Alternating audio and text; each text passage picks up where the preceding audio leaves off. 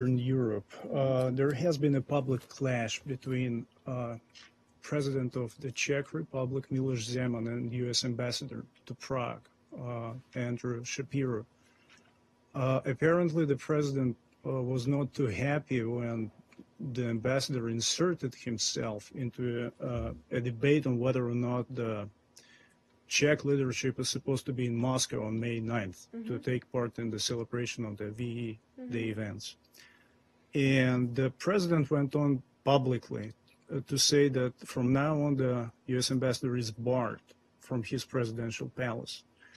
I was hoping you might say something on that, and I also wanted to ask you if you think your ambassador acted appropriately in this situation. Well, as the ambassador said, the United States certainly understands the desire to honor all those who sacrificed in World War II.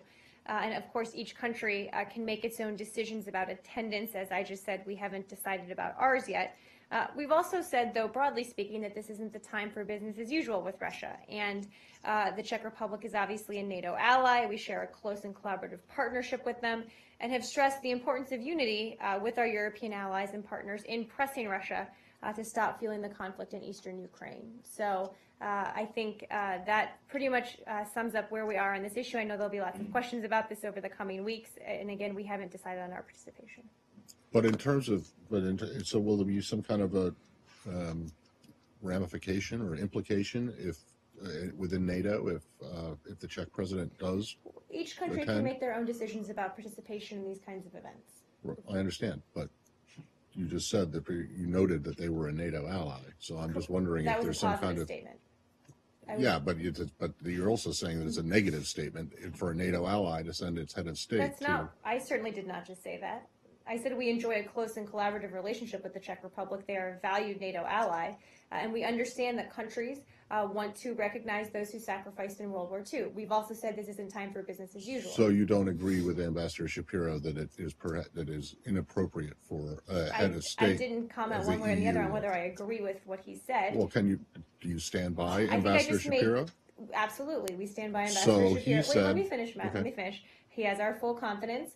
What I said is basically a version of what he said, that we understand that countries want to honor those who sacrificed in World War II. Right. He also said this isn't time for business as usual with Russia. It's an ongoing conversation with our partners about whether they travel there, the kind of relationship that they have with Russia.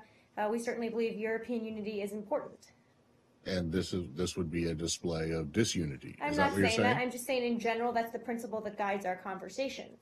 Well, I think he was decidedly more negative about the prospect of the president going than you are being, and I'm just wondering if there's if you're attempting to walk away somewhat from what the ambassador said, or if I think we're saying the same thing from a conceptual argument. I'm not sure I would have used the exact same words he did, but conceptually we're in the same place, that this isn't time for business as usual with Russia. We know people want to honor those who sacrificed in World War II. We want to as well.